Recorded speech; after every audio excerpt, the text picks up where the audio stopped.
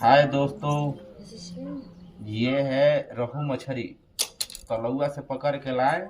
जिंदा जिंदा है, अभी रखे हैं तो मर चुका है।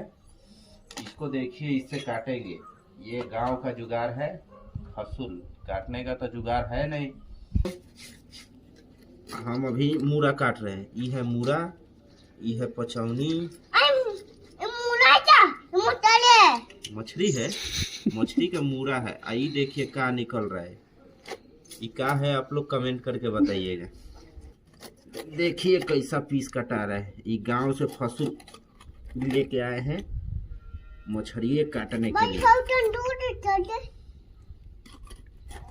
देखिए गोल गोल पीस हो रहा है कि नहीं हो रहा है, एकदम मीडियम मीडियम।